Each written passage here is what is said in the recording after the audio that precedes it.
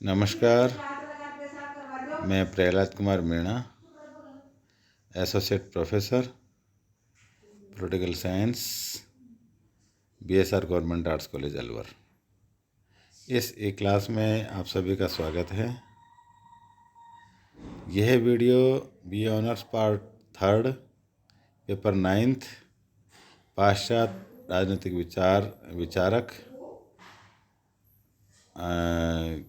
के लिए तैयार किया गया है।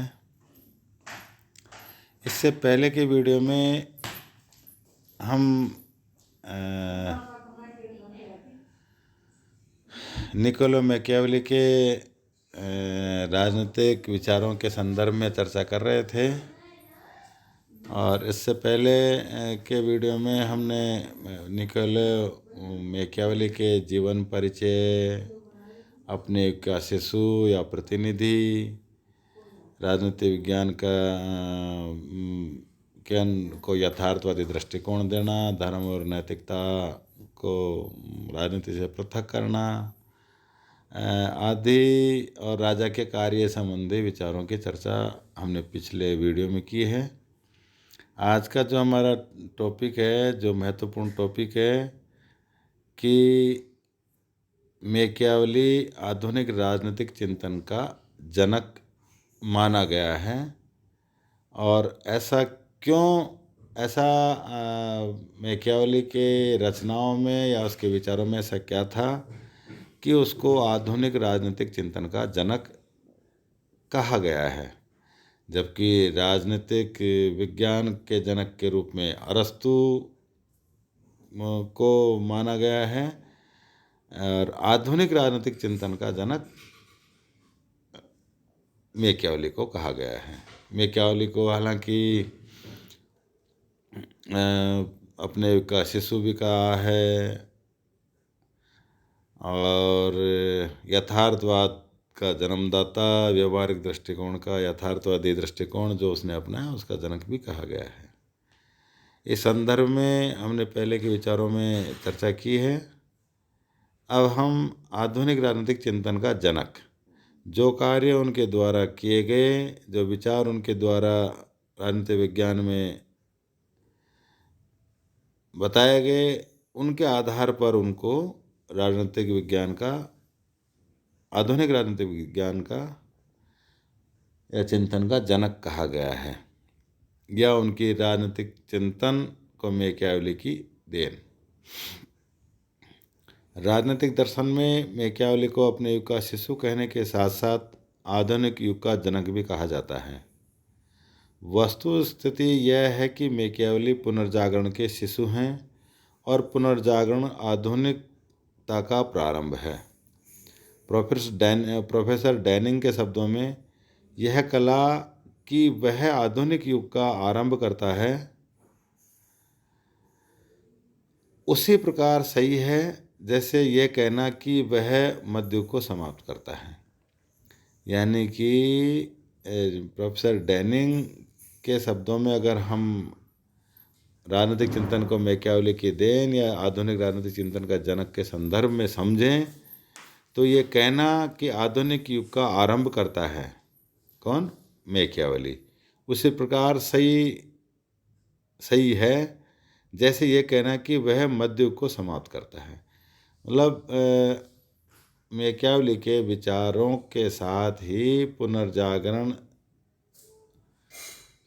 का जो दौर था वो शुरू होता है, और मध्ययुगीन जो रूढ़ियाँ, रीति रिवाज थे, वो समाप्त होते जा रहे थे। मैकियावेली ने मध्ययुगीन मान्यताओं और परंपराओं की न केवल उपेक्षा की, अपितु उनका खंडन कर राजनीति को नवीन यथार्थवादी स्वरूप प्रदान किया। वह धार्मिक आधार पर राजनीतिक साम्राज्य का विरोधी था। उसका दर्शन व विचार मध्ययुगीन मान्यता को, जैसे सामंतवाद, पोपतंत्र और पवित्र रोमन साम्राज्य, दैवीय कानून, परलोक की महत्ता, नैतिकता, ईश्वरीय शक्ति आदि को खंडित कर उन पर सर्वथा नवीन विचारों को प्रेषित करता है। यानी कि उसकी जो मूल धारणा मैकियावेली के विचारों में है वो सामंतवाद, पोपतंत्र, पवित्र रोमन साम्राज्य का जो एक आधिपत्य रूढ़ियों के द्वारा फैलाया हुआ था, दैवीय कानून, ईश्वर, नैतिकता, परलोक की महत्ता आदि का खंडन करता है और उनके जगह नवीन विचारों को प्रतिष्ठित करता है।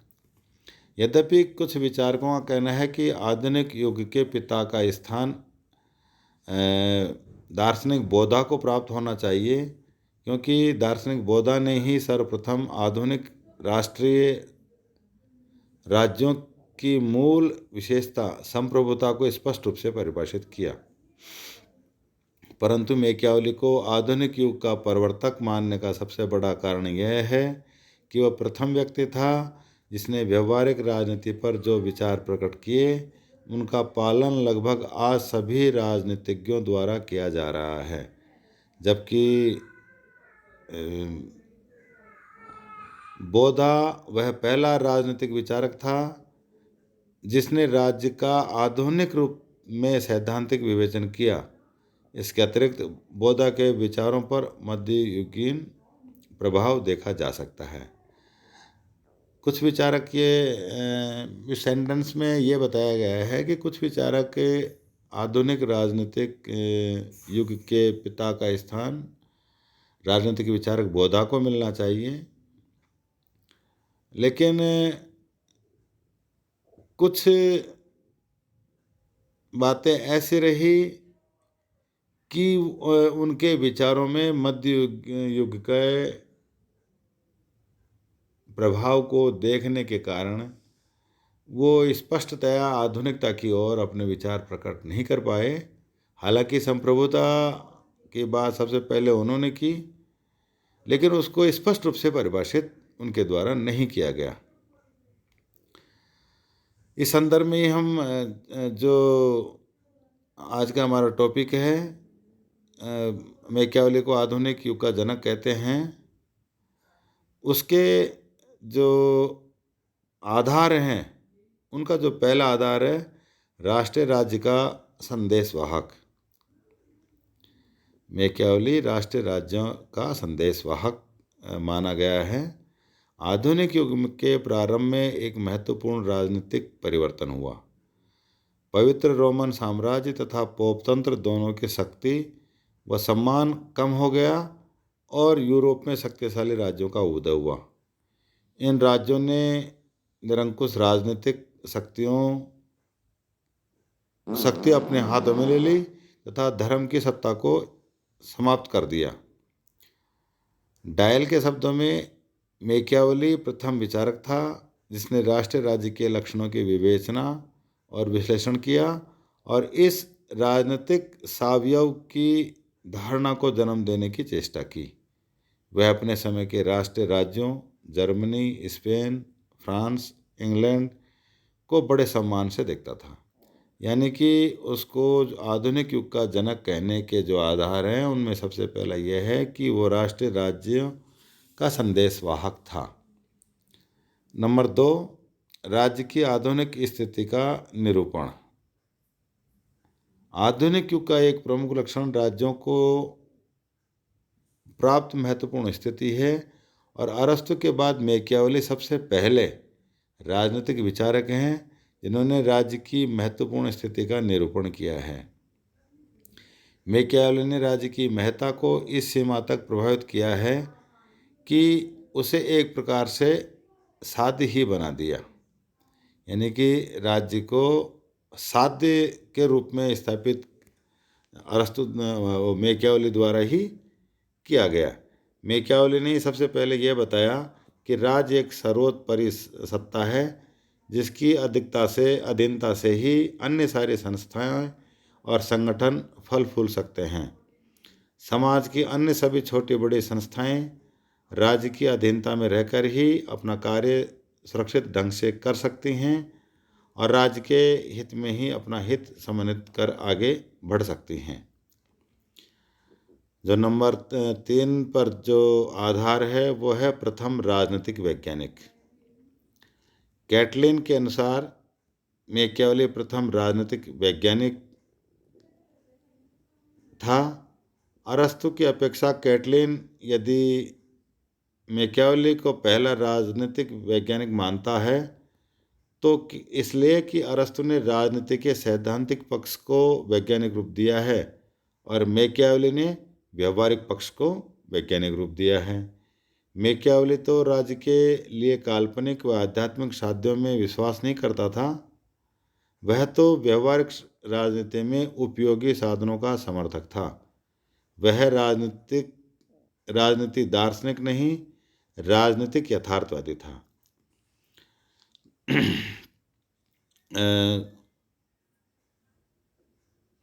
कुछ विचारक प्रथम राजनीतिक वैज्ञानिक को लेकर ये कहते हैं कि अरस्तु प्रथम वैज्ञानिक राजनीतिक वैज्ञानिक था, लेकिन अरस्तु ने केवल सैद्धांतिक पक्ष में ही वैज्ञानिकता दिखाई और मैकियावेली ने उसके व्यवहारिक पक्ष में उसका निरूपण किया। इसलिए वो राजनीतिक दार्शनिक नहीं बल्कि राजनीतिक यथार्थवादी था, इसलिए उनको प्रथम राजनीतिक वैज्ञानिक कहा जाता है। नंबर 4, जो आधुनिक युग के जनक के रूप में जो आधार है, राज्य की प्रभु सत्ता का पोषक। संप्रभुता के विचारों को आधुनिक युग की प्रत्येक धारणा कहा जा सकता है। यद्यपि मैकियावेली ने कहीं भी बोधा, ग्रोसियस, हाफ्स या आइंस्टीन की भांति राज्य की संप्रभुता पर विचार नहीं किया है और न ही उसकी कोई परिभाषा दी है, पर राज्य को उन्होंने सर्वोपरि संस्था माना है जिसकी अधीनता में सभी व्यक्ति और संस्थाएं रहती हैं। भले ही मैकियावेली ने संप्रभुता शब्द का प्रयोग नहीं किया हो, पर उन्होंने व्यवहार में राज्य की संप्रभुता को पूर्ण अर्थ प्रदान किए हैं। इस प्रकार मैकियावेली सिद्धांत में ही सही, लेकिन व्यवहार में अवश्य ही राज्य की संप्रभुता के पोषक थे, क्योंकि वो राज्य को साध्य के रूप में मानते थे। नंबर 5, जो कि आधुनिक चिंतन के जनक या आधुनिक के पिता के रूप में मानने का आधार है, वो है राजनीति का धर्म व नैतिकता से पृथक्करण। चूँकि मध्ययुग में रोमन साम्राज्य या राजा और चर्च के बीच में सत्ता के लिए संघर्ष चल रहा था और वो रूढ़ी, ढोंग और अंधविश्वासों के आधार पर पोप अपना साम्राज्य चर्च के माध्यम से, धार्मिकता के माध्यम से संघर्ष फैला रहा था और राजा अपनी सैन्य शक्ति और कुटिलताओं के आधार पर आपस में संघर्षशील थे। लेकिन मैकियावेली ने राजनीति का धर्म व नैतिकता से पृथक्करण किया है, इसलिए उनको आधुनिक युग का पिता या आधुनिक युग का जनक कहा जाता है। मैकियावेली के विचारों की एक प्रमुख विशेषता राजनीति को धर्म और नैतिकता के प्रभाव से सर्वथा मुक्त और पृथक करना है। इस दृष्टि से वह मध्यकालीन विचारों से सर्वथा भिन्न है। मध्य युग के समस्त राजनीतिक दर्शन में धर्म राजनीति पर हावी रहा और नैतिकता तथा धर्म की दुहाई देते हुए राजनीतिक संस्थाओं का विकास अवरुद्ध किया गया। मध्य युग के अंत में राजनीति को धर्म से पृथक करने की आवश्यकता अनुभव की जा रही थी, लेकिन किसी ने भी इस संबंध में साहस का परिचय नहीं दिया। मैकियावेली ने ही सर्वप्रथम निडरता के साथ यह घोषणा की कि राजनीति का धर्म और नैतिकता से कोई संबंध नहीं है और राजनीतिक लक्ष्यों की प्राप्ति के लिए उचित अनुचित, नैतिक अनैतिक सभी प्रकार के साधन अपनाए जा सकते हैं। वह धोखा और ढोंग राजा के लिए आवश्यक समझता है और वो कहता है कि जहाँ एक और राजा में शेर का साहस होना चाहिए, वहीं दूसरी ओर लोमड़ी जैसी चालाकी आवश्यक है। यानी कि राजनीति में जो धर्म और नैतिकता का जो प्रभाव मध्य युग में या उससे पूर्व के इतिहास में देखने को था, उसको उसने अलग किया और राजा को ये सलाह दी कि वो उचित अनुचित, नैतिक अनैतिक इन चीज़ों को ध्यान में न रखकर राजनीतिक उद्देश्यों की या लक्ष्यों की प्राप्ति के लिए उसको धोखा, ढोंग, छल कपट इन सबको काम में लिया जा सकता है और उसके लिए राजा को शेर का साहस और लोमड़ी जैसी चालाकी रखनी चाहिए। नंबर 6, जो आधुनिक युग के पिता के रूप में स्थापित करने का आधार बनता है, शक्तिवादी राजनीति की प्रेरणा। आधुनिक युग शक्ति की राजनीति का युग है। राजनीति में शक्ति का प्रयोग इतना अधिक होता है कि आज राजनीति को शक्ति के लिए संघर्ष कहा जाता है। बहुत बड़ी बात है, आज राजनीति को शक्ति के लिए संघर्ष कहा जाता है। इस शक्तिवादी राजनीति को वस्तुतः मैकियावेली ने ही प्रारंभ किया है। राजनीति विज्ञान के विद्यार्थी होने के कारण आप समझ सकते हैं कि जो मैकियावेली ने शक्ति के लिए संघर्ष राजनीति को बताया है, वो मैकियावेली द्वारा ही प्रारंभ किया गया और आज की राजनीति में उसके प्रत्यक्ष दर्शन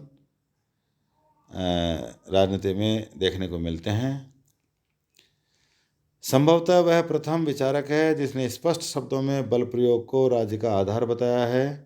मैकियावेली ने अपने दर्शन में एक केंद्रीय राजसत्ता की स्थापना पर जोर दिया है और शक्ति की सर्वोच्चता की पूजा की है। डोनाल्ड इट बेलजोल ने लिखा है, यदि एक शब्द में इसके चिंतन के केंद्रीय तत्व को संक्षिप्त करना संभव हो तो वह तत्व है शक्ति। उसका निर्माण कैसे किया जाए, उसे कैसे बनाए रखा जाए और उसमें वृद्धि कैसे की जाए, इस बारे में उन्होंने अपना स्पष्ट यथार्थवादी दृष्टिकोण अपनाने वाला वो प्रथम राजनीतिक वैज्ञानिक है। 7वां आधार जो मैकियावेली को आधुनिक का जनक मानने के आधार प्रदान करता है, व्यक्तिवाद के समर्थक। आधुनिक युग की एक विशेष प्रवृत्ति व्यक्तिवादी विचारधारा है। आधुनिक युग में व्यापार, वाणिज्य और उद्योग का प्रसार हो रहा है और यह विचारधारा बल ग्रहण कर रही है कि राज्य के द्वारा आर्थिक क्षेत्र में हस्तक्षेप नहीं किया जाना चाहिए। मैकियावेली ने इस विचारधारा के अनुसार ही शासन को यह परामर्श दिया था कि प्रजाजन के धन का किसी भी दशा में अपहरण नहीं किया जाना चाहिए तथा व्यापार व वाणिज्य के विकास के लिए सभी आवश्यक प्रयत्न किए जाने चाहिए। मैकियावेली इस दृष्टि से भी व्यक्तिवाद का संदेशवाहक है कि उसने मानवीय व्यक्तित्व को रोमन चर्च के प्रभाव से मुक्त किया, जहाँ राज्य का हस्तक्षेप ज़्यादा था और रोमन साम्राज्य के प्रभाव में, रोमन चर्च के प्रभाव में मानवीय व्यक्तित्व था, उसको उसने व्यक्तिवाद का समर्थन करते हुए इस प्रभाव से मुक्त किया है। नंबर 8, जो आधुनिक युग के पिता के रूप में उनको स्थापित करने का आधार बनता है, भौतिकता और उपयोगितावाद के प्रवर्तक। आधुनिक युग में भौतिकवाद व उपयोगितावाद का भी एक विशिष्ट स्थान है और मैकियावेली इस संबंध में अग्रणी हैं। उसने इस बात का प्रतिपादन किया कि मानव को यह लौकिक सुख की ही कामना करनी चाहिए और उसके लिए सभी प्रयत्न करने चाहिए। राज और प्रभुता, कला और सौंदर्य, नारी और मदिरा, यही भोग के योग्य वस्तुएं हैं। मैकियावेली का यह सुखवादी संदेश आधुनिक मानव के लिए अत्यधिक प्रीतिकर है और इस आधार पर उसे उपयोगितावाद का प्रवर्तक कहा जा सकता है। नंबर 9 जो उनको आधुनिक राजनीति विज्ञान के जनक के रूप में स्थापित करने का आधार है संघ राज्य के प्रथम विचारक। संघ राज्य का मतलब है कि एक केंद्रीय नेतृत्व के नियंत्रण में बहुत सारे छोटे राज्य उसके नियंत्रण में, उसके प्रभाव में, उसकी प्रभुता की छाया में, संप्रभुता की छत्र छाया में पल्लवित हों, संघ राज्य कहलाते हैं। जिसका प्रथम विचार मैकियावेली द्वारा ही दिया गया। मैकियावेली ने इटली के लिए कॉमनवेल्थ के निर्माण का विचार भी रखा। उसका कहना था कि एक बार राजा या प्रिंस इकाई राज्यों को विभाजित कर उन्हें अपनी अधीनता में कर लेगा, फिर एक ऐसा संघ राज्य बनाएगा जिसमें शासन की शक्ति कुछ सीमा तक इकाई में विभाजित होगी और अल्टीमेट शक्ति या अंतिम रूप से शक्ति केंद्र में होगी। आधुनिक युग में विशाल राज्यों के लिए संघीय व्यवस्था ही अधिक व्यवहारिक है और मैकियावेली ने चाहे संघ राज्यों के सारे तत्वों पर विचार न किया हो, लेकिन उसने इस कल्पना को अवश्य ही किया था कि संघ राज्यों की स्थापना होनी चाहिए। और अंतिम जो आधुनिक युग के पिता के का जो आधार है वो है आधुनिक अध्ययन पद्धति के अनुयायी। इन सब के अतिरिक्त मैकियावेली अध्ययन पद्धति की दृष्टि से भी आधुनिक युग के जनक हैं। आधुनिक अध्ययन पद्धति के लक्षण पर्यवेक्षण, यथार्थवादी दृष्टिकोण, वैज्ञानिक तटस्थता, विश्लेषण और ऐतिहासिक आधार। मैकियावेली ने अपनी अध्ययन पद्धति में मध्य युग के अति धार्मिकतावादी दृष्टिकोण का बहिष्कार किया और अपनी सूक्ष्म और स्पष्ट दृष्टि के आधार पर तत्कालीन परिस्थितियों का पर्यवेक्षण किया। इस प्रकार मैकियावेली के द्वारा प्रस्तुत राज्य की रूपरेखा आधुनिक राज्यों की रूपरेखा से बहुत कुछ मिलती जुलती है। उसने इटली के संबंध में जो चित्र प्रस्तुत किया वह बहुत कुछ आधुनिक राज्यों के समान है। आधुनिक राज्य संप्रभुता संपन्न, धर्मनिरपेक्ष, स्वतंत्र, अस्तित्ववान और राष्ट्रीय राज्य हैं। कुछ राज्यों में साम्राज्यवादी प्रवृत्ति गंभीर रूप से विद्यमान है। मैकियावेली ने स्पष्ट कहा था कि संवर्धन राज्य तथा प्रभुत्व विस्तार राजा के लिए आवश्यक है। उसने यह भी स्पष्ट किया था कि राज्य अपना स्वतंत्र अस्तित्व बनाए रखकर ही उन्नति कर सकते हैं।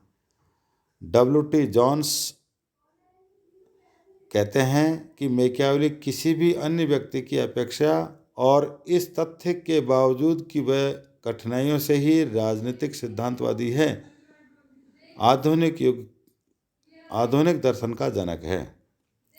इटली में राष्ट्रीयता की भावना मैकियावेली के विचारों द्वारा जागृत हुई। उसे इटली का प्रथम राष्ट्रवादी और प्रथम देशभक्त भी कहा जा सकता है। ये W.T. जॉन्स ने कहा है, प्रथम राष्ट्रवादी और प्रथम देशभक्त। इस प्रकार ये आज के वीडियो में हमने मैकियावेली को आधुनिक युग का जनक क्यों माना जाता है, उसके क्या कारण हैं, उसके ऐसे कौन से विचार हैं जिनके आधार पर उसको आधुनिक युग का जनक पिता कहा जाता है, उनके बारे में इस वीडियो के माध्यम से आपके साथ विचार शेयर किए। धन्यवाद। अगले वीडियो में हम मैकियावेली के अंतिम विचार के बारे में चर्चा करेंगे। तब तक के लिए धन्यवाद। घर में रहें, सुरक्षित रहें।